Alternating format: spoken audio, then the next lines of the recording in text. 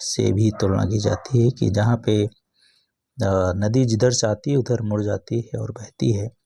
आज हम देखेंगे पवित्र आत्मा जो जीवन के जल की नदी है उसके बारे में। नदी को सरिता भी कहा जाता है। तो आज का दिन में हम उसे देखने का प्रयास करेंगे। पवित्र आत्मा त्रिएक परमेश्वर में से एक परमेश्वर है, लेकिन अधिकांश मसीहियों को पिता परमेश्वर और प्रभु यीशु मसीह का तो ज्ञान है, लेकिन पवित्र आत्मा के विषय में वो पूरी तरीके से अज्ञान है या अज्ञानता की स्थिति में। आज कलीसिया के लोगों की आत्मिक दुर्दशा मुख्य कारण है कि पवित्र आत्मा के विषय में अज्ञानता ही है या हम उसे नहीं जानते। कई लोग यदि पवित्र आत्मा के विषय में जानते भी हैं तो उसकी वास्तविक उपस्थिति से विहीन है या अलग है, और वह कुछ ऐसा ही है कि आप पानी के विषय में सब कुछ जानते हैं लेकिन फिर भी प्यासे ही हैं, क्योंकि पानी के विषय में जानना और उसे पीना दो अलग अलग क्रियाएं हैं। मटका पानी से भरा रखा है, जल भी है, लेकिन यदि आप में उस जल के पीने की इच्छा नहीं है तो आप पानी के अभाव में मर भी सकते हैं, क्योंकि पीने के लिए इच्छा का होना बहुत आवश्यक है। पवित्र आत्मा रूपी जीवन का जल प्रत्येक मसीही के लिए मुफ्त में दिया गया है, मुफ्त में उपलब्ध है, और लोग भटक रहे हैं, लड़खड़ा रहे हैं, जीवन सुखे हैं, सामर्थ्यहीन हैं, क्योंकि आत्मा के आगमन की इच्छा नहीं है। दर्शन के बिना लोग मर जाते हैं। पवित्र आत्मा के दर्शन की हम सबको आवश्यकता है। पवित्र आत्मा क्या है? प्रश्न उठता है कि पवित्र आत्मा है क्या? वचन स्पष्ट कहता है कि वह त्रिएक परमेश्वर में से एक परमेश्वर है। मनुष्य का व्यक्तिगत इसी त्रिएक सिद्धांत पर आधारित है, जीवन, प्राण और आत्मा। उसी प्रकार परमेश्वर जीवन है, प्रभु यीशु उसका तन जो देह धारण कर संसार में जन्मा, और पवित्र आत्मा परमेश्वर का आत्मा है। स्पष्ट है कि पवित्र आत्मा परमेश्वर है। प्रेरितों के काम और उसका 5वां अध्याय और उसके 3 और 4 पद में जब हम लोग पढ़ते हैं, प्रेरितों के काम और उसका 5 अध्याय और उसका 3 और 4 पद, तो वहाँ पे लिखा है कि परंतु पतरस ने कहा, हे हनन्याह, शैतान ने तेरे मन में यह बात क्यों डाली है कि तू पवित्र आत्मा से झूठ बोले और भूमि के दाम में से कुछ रख छोड़े? जब तक वह तेरे पास रही क्या तेरी ना थी? और जब बिक गई तो उसकी कीमत क्या तेरे बस में ना थी? तूने यह बात अपने मन में क्यों सोची या क्यों ठानी? तूने मनुष्यों से नहीं परंतु परमेश्वर से झूठ बोला है।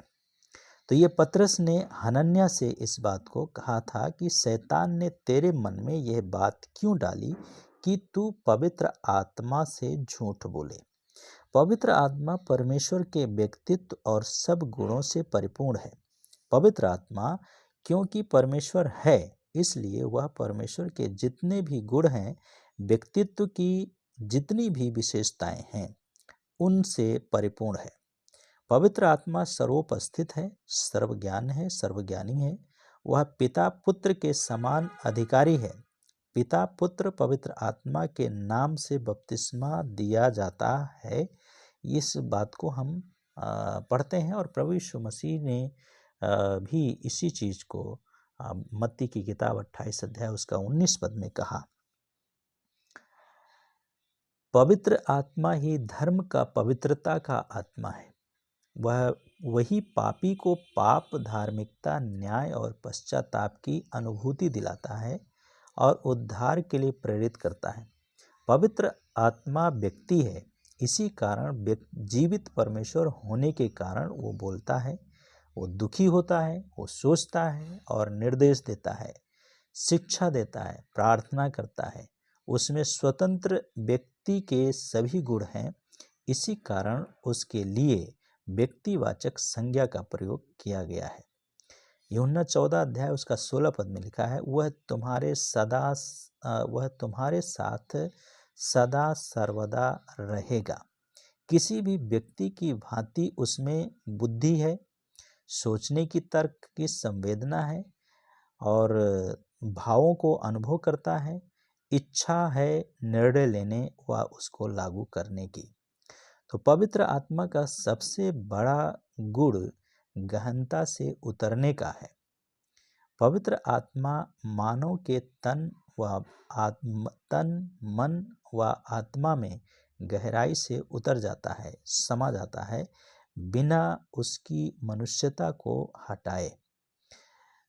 1000 वर्षों पूर्व इस बात को कुछ आत्मिक जनों ने इस उपमा के द्वारा समझाया। हम लोहे के टुकड़े को कोयले पर रख कर फूंकते हैं तो हम कोयले और लोहे दो पदार्थों को देख सकते हैं या देख पाते हैं। जब हम लोहे के टुकड़े को कोयले पर रख कर फूंकते हैं तो हम कोयले और लोहे दो पदार्थों को देख पाते हैं। सबसे पहला लोहा अग्नि में प्रवेश करता है और धीरे धीरे अग्नि लोहे में प्रवेश करती है और दोनों एक दूसरे में मिश्रित हो जाते हैं या मिल जाते हैं। और जब अब लोहा भी अग्नि के समान अग्नि से भरकर एक ही छवि देने लगती है और दोनों एक हो जाते हैं। इसी प्रकार पवित्र आत्मा हमारी आत्मा को कुछ यूं छा लेता है और इसी प्रकार से हम परमेश्वर में एक हो जाते हैं। तो पहली चीज अभी देखा हमने कि पवित्र आत्मा का सबसे बड़ा गुण गहनता से उतरने का है, पहली चीज। दूसरी चीज है पवित्र आत्मा को कई गुणों में देखा गया है। पवित्र आत्मा को कई गुणों में देखा गया है। पवित्र आत्मा ज्योति का आत्मा है, परमेश्वर की श्वास, प्रेम का सोता और सच्चा परमेश्वर अनुग्रह का सोता है। परमेश्वर आत्मिक फलों का दाता है, वरदानों का स्रोत है, सामर्थ का आत्मा है, शांति दाता है, सत्य का आत्मा है, स्वर्गीय सहायक और धर्म का आत्मा है इत्यादि। कई नाम उसके कार्यों को भी दिखाते हैं। शक्तिमान हवा, पवित्र अग्नि इत्यादि के द्वारा उसे चित्रों में दर्शाया जाता है। पिंतेकुस्त के दिन उपरोक्त 3 रूपों में ही पवित्र आत्मा ने स्वयं को प्रकट किया। 2 अध्याय और 1 से 4 पद में हम लोग इस प्रकार से पढ़ते हैं। जब पिंतेकुस्त का दिन आया तो वे सब एक जगह इकट्ठे थे और अचानक आकाश से बड़ी आंधी के समान सनसनाहट का शब्द हुआ और उससे सारा घर जहाँ वे बैठे थे गूंज गया और उन्हें आग के समान जीभें फटती हुई दिखाई दी और उनमें से हर एक पर ठहरी और वे सब पवित्र आत्मा से भर गए और जिस प्रकार आत्मा ने उन्हें बोलने की सामर्थ दी वे अन्य भाषा बोलने लगे।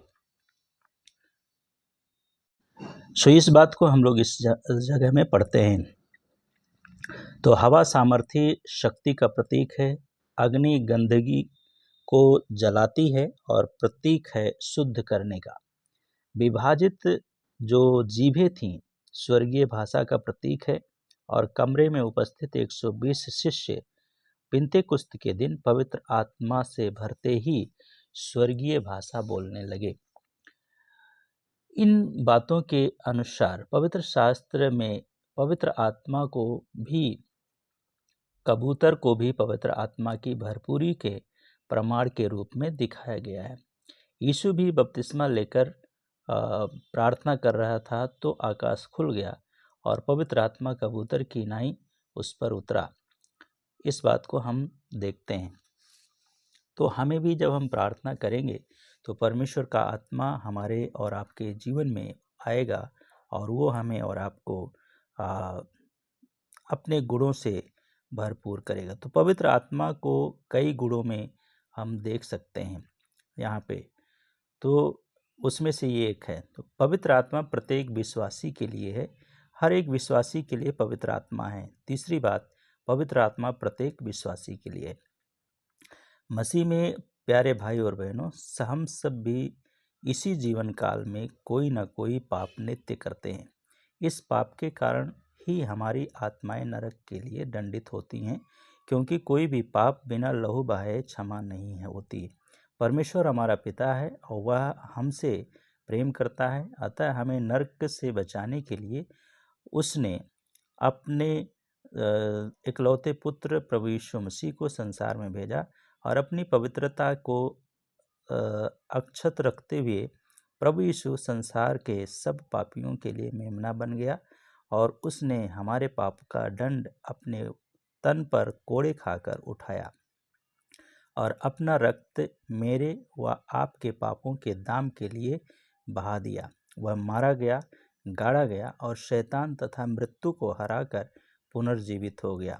जब हम पापी ही थे तभी मसीह हमारे पापों के लिए मरा। अब अतः हम जब कोई भी पापी सच्चा पश्चाताप करके अपने पापों की क्षमा मांगकर प्रभु यीशु को अपना उद्धारकर्ता स्वीकार करता है, तो पवित्र आत्मा का बीज रोपण उसके मन में हो जाता है।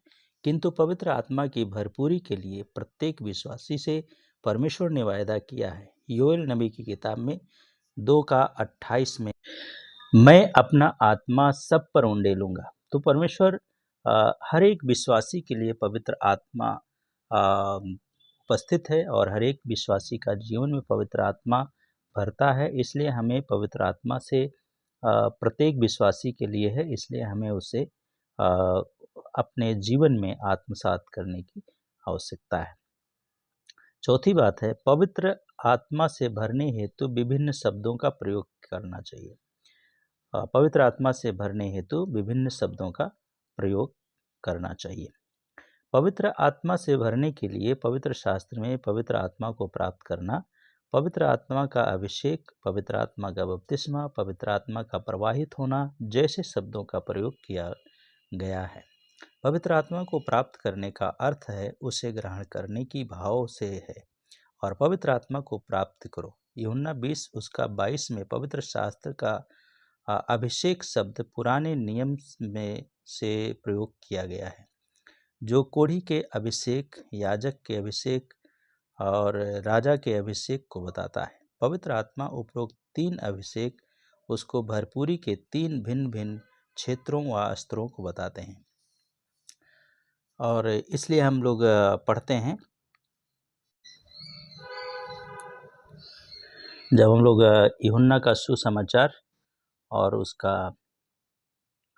20 अध्याय और उसका 22 पद, तो यहाँ पे प्रभु यीशु मसीह कहते हैं, और ये कहकर उसने उन पर फूंका और उनसे कहा, पवित्र आत्मा लो।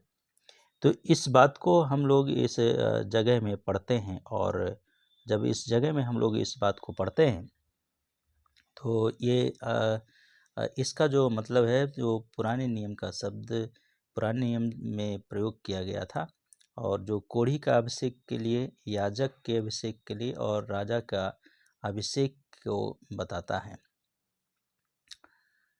तो पवित्र आत्मा का बपतिस्मा वाक्य जो है पवित्र आत्मा में पूरी तरह समाहित होने का प्रतीक है। जैसे लोहे का अग्नि में समाहित हो जाना या अग्नि हो जाना, पवित्र आत्मा का प्रवाहित होना न केवल पवित्र आत्मा से भरने वरन विश्वासी से पवित्र आत्मा में प्रवाहित होने की बात करता है।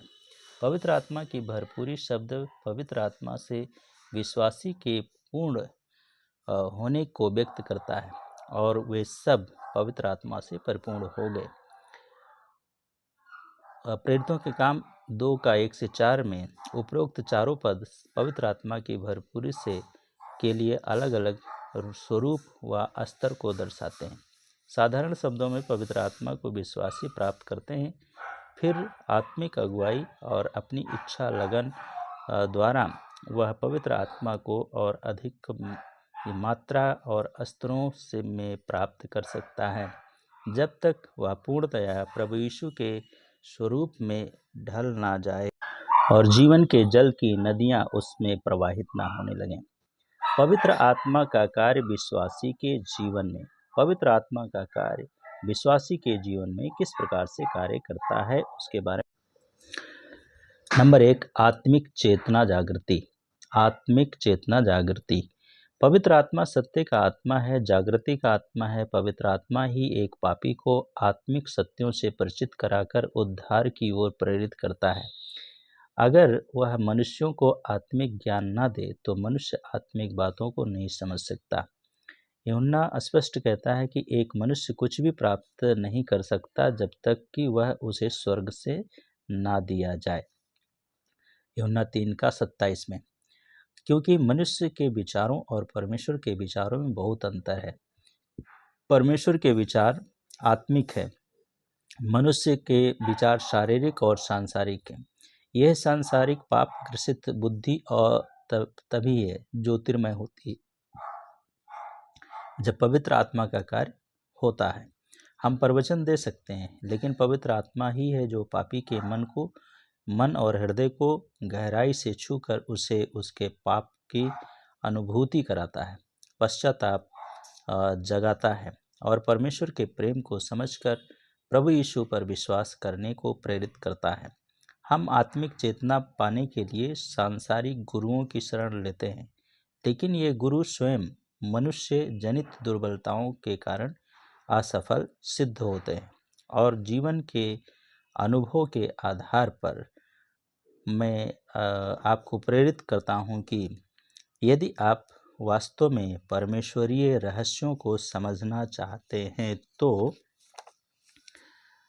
शायद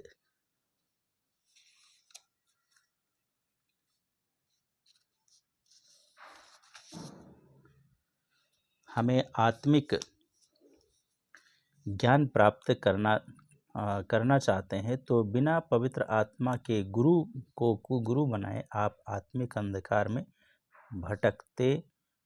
भटकते जीवन गंवा देंगे। आत्मिक ज्ञान चाहे वह पवित्र वचन को जानने का हो, चाहे सफल प्रार्थनाओं का हो, चाहे परमेश्वरीय इच्छाओं को समझने का हो, बिना पवित्र आत्मा को गुरु बनाए आप रत्ती भी नहीं समझ सकते हैं।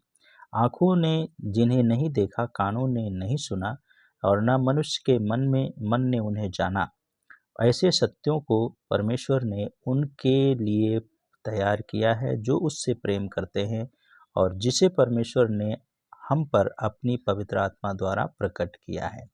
आज स्वरहीन मनोरंजन के साधनों में मनुष्य खोया हुआ है और क्योंकि वह आत्मिक आनंदों के नशे में अनजान है। प्रभु का धन्यवाद हो जो आज संसार भर में लोग इन क्षणिक आनंदों को खोखलेपन से थक कर होकर पवित्र आत्मा के चरणों में आ रहे हैं और आत्मा में मतवाले होकर वह आत्मिक परमानंद की स्थिति को इसी संसार में प्राप्त कर रहे हैं। तो परमेश्वर जो है हमारे और आपका जीवन में जो आत्मिक चेतना की जागृति है, हमारे अंतर मन को जागृत करता है और हमें परमेश्वर के नज़दीक आता है। तो पवित्र आत्मा क्या आपके अंतर मन को जागृत कर रहा है, आपके जीवन को जागृत कर रहा है और आप परमेश्वर के द्वारा जागृत हैं और जागृत हो रहे हैं या नहीं हो रहे हैं?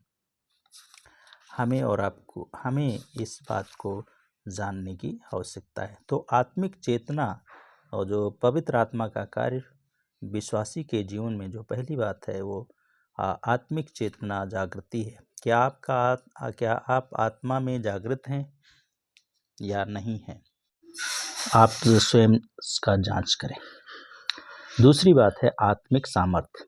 पवित्र आत्मा का दूसरा महान कार्य जो विश्वासी के जीवन में पाया जाता है, उद्धार पाए व्यक्ति को आत्मिक सामर्थ्य प्रदान करना होता है ताकि इस पापी और महाअंधकारमय संसार में वह विजयी रहकर ज्योति का संतान बन जाए और ज्योति का जीवन जी सके। और पवित्र आत्मा के बारे में लिखा, जब पवित्र आत्मा तुम पर आएगा तब तुम सामर्थ पाओगे। अर्थात परमेश्वर हमें सामर्थ्य देता है। पवित्र आत्मा जो है हमें परमेश्वर पवित्र आत्मा हमें सामर्थ्य देता है। पवित्र आत्मा का सामर्थ्य ही हमें पवित्र जीवन जीने की सामर्थ्य देता है। वही सत्य के मार्गों पर हमें ले चलता है। वही हमें सब बातों का ज्ञान देता है। वही हमारे दुर्बल शरीर को मसीही की मृत्युंजयी सामर्थ्य से भरपूर करता है और वही आत्मिक फलों से भर देता है, सेवा का मन देता है और शक्ति प्रदान करता है। और पवित्र आत्मा ही हमें आहें भर भर कर प्रार्थना करना सिखाता है। पवित्र आत्मा ही हमें सतही शारीरिकता से ऊपर उठा कर आत्मा और सच्चाई से भक्ति करना सिखाता है। तो ये हमारे और आपका जीवन में पवित्र आत्मा इस प्रकार का कार्य करते हैं।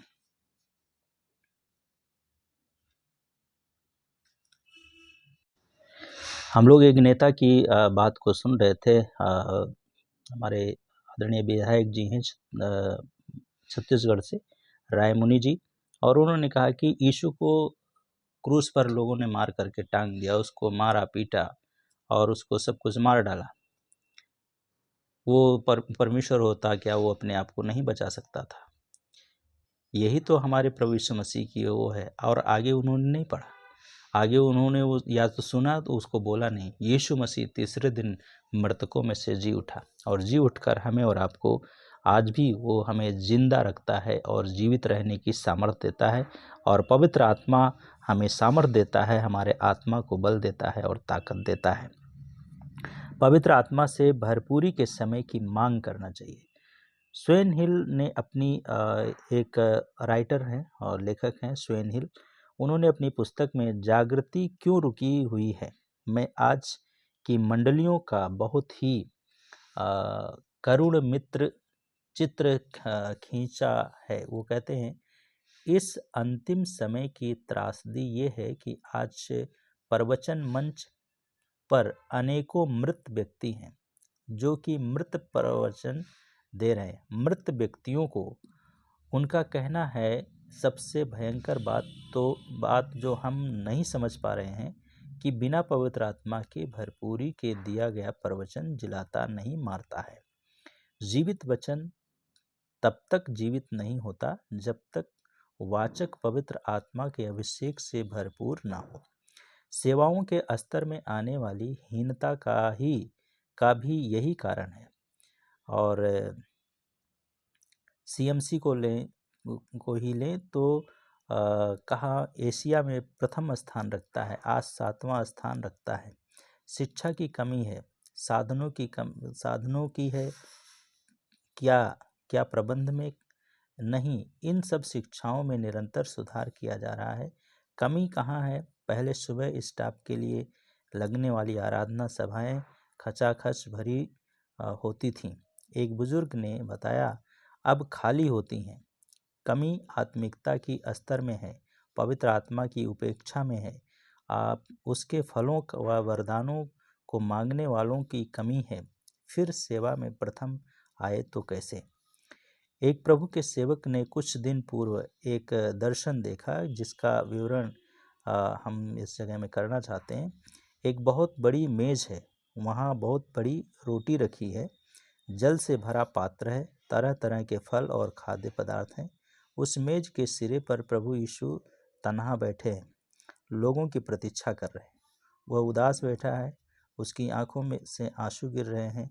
दूर लोगों की भीड़ तो है, पर वह बड़ी बड़ी दुकानों में भागे जा रहे हैं। प्रभु की सेवा, प्रभु की आत्मा उसके फलों वरदानों के बिना है।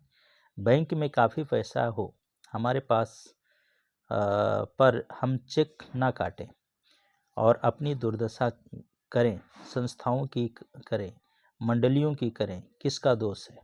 अतः सीएमसी ही नहीं, सभी और यही दृश्य है, क्योंकि आत्मा रूपी प्राण नहीं रहा। इसलिए प्रभु में मेरे प्रिय भाइयों और बहनों, आप कुछ भी कर रहे हों, डॉक्टर हों, नर्स हों, प्रबंधक हों, बनने जा रहे हों, आपका ज्ञान अधूरा है जब तक कि आप अपने को पवित्र आत्मा की सामर्थ्य से भरपूर ना कर लें। सामर्थ्य परमेश्वर की ओर से है, चाहे आप साधारण नागरिक हों। आज यह जान लीजिए कि सफलता की एक ही कुंजी है, वो है पवित्र आत्मा। रोग पर नियंत्रण की सामर्थ्य भी पवित्र आत्मा की ओर से है। मरते मरीज को सब जीवनदायक यंत्र लगा दीजिए, ऑक्सीजन मत लगाइए, क्या होगा? मर जाएगा।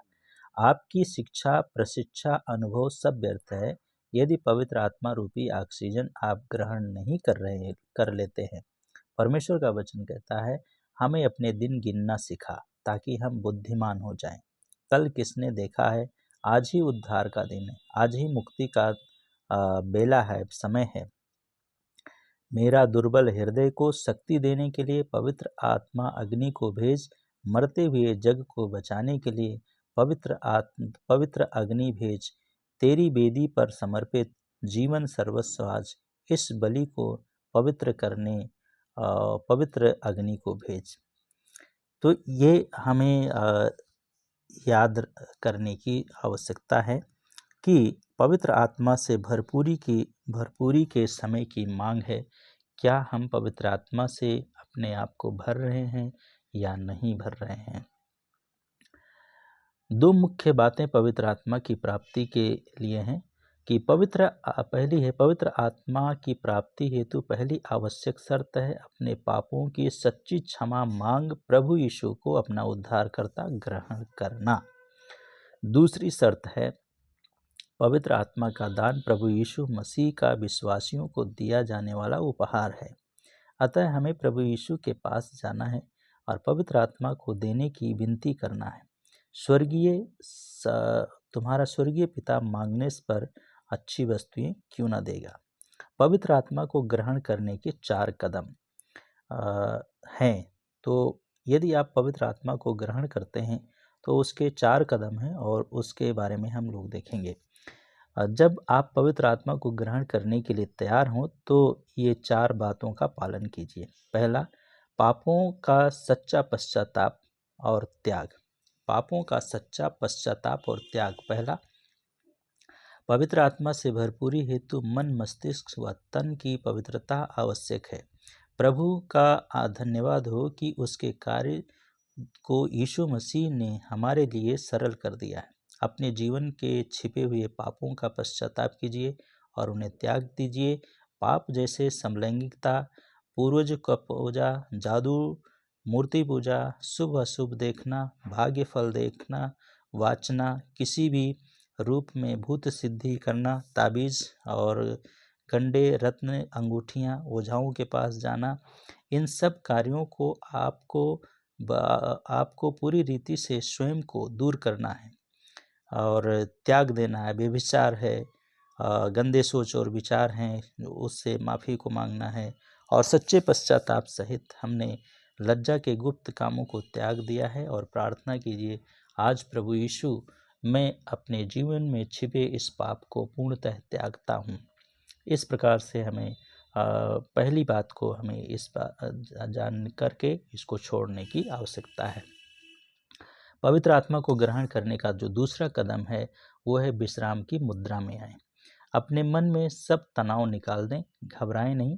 परमेश्वर संसार का सबसे अमूल्य उपहार आपको देने जा रहा है। मन आत्मा में आनंदित हो, अपेक्षा आशा से भर जाए, तन को ढीला छोड़ विश्राम की मुद्रा अपना लें। आप प्रभु यीशु के सन्मुख हैं, वही आपको आत्मा से बपतिस्मा देंगे। तीसरा जो है पवित्र आत्मा को ग्रहण करने का तीसरा शर्त है पवित्र आत्मा की भरपूरी के लिए प्रार्थना कीजिए। सीधे साधे शब्दों में प्रार्थना करें, प्रभु यीशु मसीह, मुझे अपनी पवित्र आत्मा से भरपूर कर। आमीन। मुंह हल्का सा खोलकर गहरी सांस लें। पवित्र आत्मा श्वास है, उसे ग्रहण करें। प्रार्थना के पश्चात विश्वास करें कि पवित्र आत्मा आपको मिल चुका है। ऊपरी बातों का परवाह ना करें, विश्वास करें। केवल जो कुछ भी तुम प्रार्थना में मांगते हो विश्वास करो तो वह तुम्हें मिल जाएगा या मिल चुका है। यह आत्मिक अनुभव है, भावात्मक है, तो उन्हें अनुभव कीजिए, नहीं तो बस विश्वास कीजिए। प्रभु यीशु को पवित्र आत्मा पाने हेतु और धन्यवाद देना आरंभ कर दीजिए। पवित्र आत्मा को ग्रहण करने का चौथा जो कदम है, प्रत्युत्तर दीजिए। पवित्र आत्मा आपको भर चुका है। अब प्रभु यीशु की भक्ति स्तुति करना आरंभ कर दीजिए, और जब ऐसा करेंगे तो हो सकता है अनजान शब्द आपके मुंह से निकलेंगे। बिना घबराए उन्हें बोले। प्रेरित में लिखा है वहाँ सब भिन्न भिन्न भाषा बोलने लगे। यदि ऐसा हुआ है तो स्वर्गीय भाषा में बोलने का अभ्यास धीरे धीरे कर लें, इससे आपको आत्मिक लाभ होगा।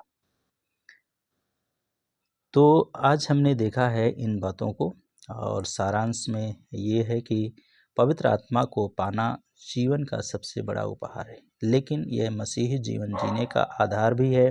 पवित्र आत्मा की धीमी आवाज़ सुनने की आदत डालिए। जीवन के हर क्षेत्र में उसकी अगुवाई लीजिए। पवित्र आत्मा पाने के पश्चात उसकी अवज्ञा बहुत बड़ा पाप है।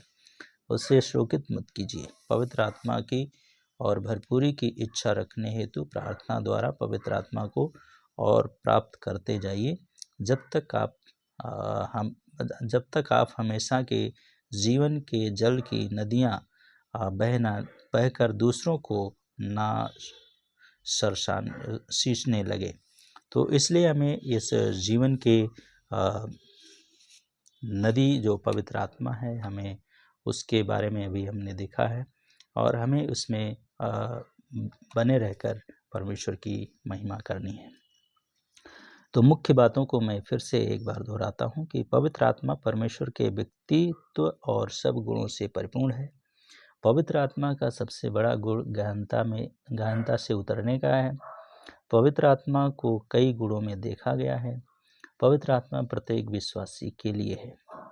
पवित्र आत्मा से भरने हेतु विभिन्न शब्दों का प्रयोग करना है, और पवित्र आत्मा का कार्य विश्वासी के जीवन में कैसे कार्य करता है उसके बारे में देखा। आत्मिक चेतना में जागृत होना है। दूसरा है आत्मिक सामर्थ्य है, और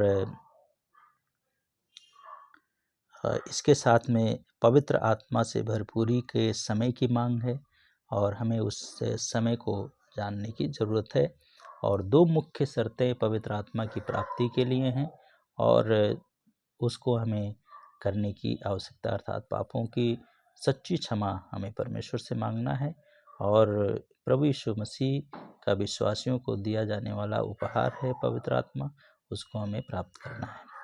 और पवित्र आत्मा को ग्रहण करने की जो 4 बातें हैं, जो 4 कदम हैं, पहला है पापों का सच्चा पश्चाताप हमें करना है। दूसरा है विश्राम की मुद्रा में रहना है। तीसरा पवित्र आत्मा की भरपूरी के लिए हमें प्रार्थना करना है। चौथा हमें प्रत्युत्तर देना है। क्या आप ये सब करने के लिए तैयार हैं? क्या आपने पवित्र आत्मा का अनुभव किया है कभी या नहीं किया है, हमें नहीं मालूम, लेकिन इस वचन के अनुसार यदि हम करेंगे तो परमेश्वर हमें आशीषित करेंगे। सो आइए प्रार्थना करें। प्रभु यीशु, हम प्रार्थना करते हैं, अपने आत्मा को भेजिए, और अपने आत्मा को भेजकर इन प्रियों को जो आपके वचन को सुन रहे हैं, उनका जीवन में आप अद्भुत कार्य कीजिए, ताकि वे भी आपके आत्मा का अपने जीवन में अनुभव कर सकें। हम उनके जीवनों को आपके हाथों में देते हैं। हर एक को अपने आत्मा से भरिए। धन्यवाद के साथ आपकी शांति, आपका विश्राम, आपका क्षमा, आपका प्रभु जी दृष्टि, और प्रभु आपको प्राप्त करने की लालसा हर एक के जीवन में आए, इस बात के लिए प्रार्थना करते हैं। प्रार्थना को यीशु प्रभु के नाम से मांगते हैं। आमीन।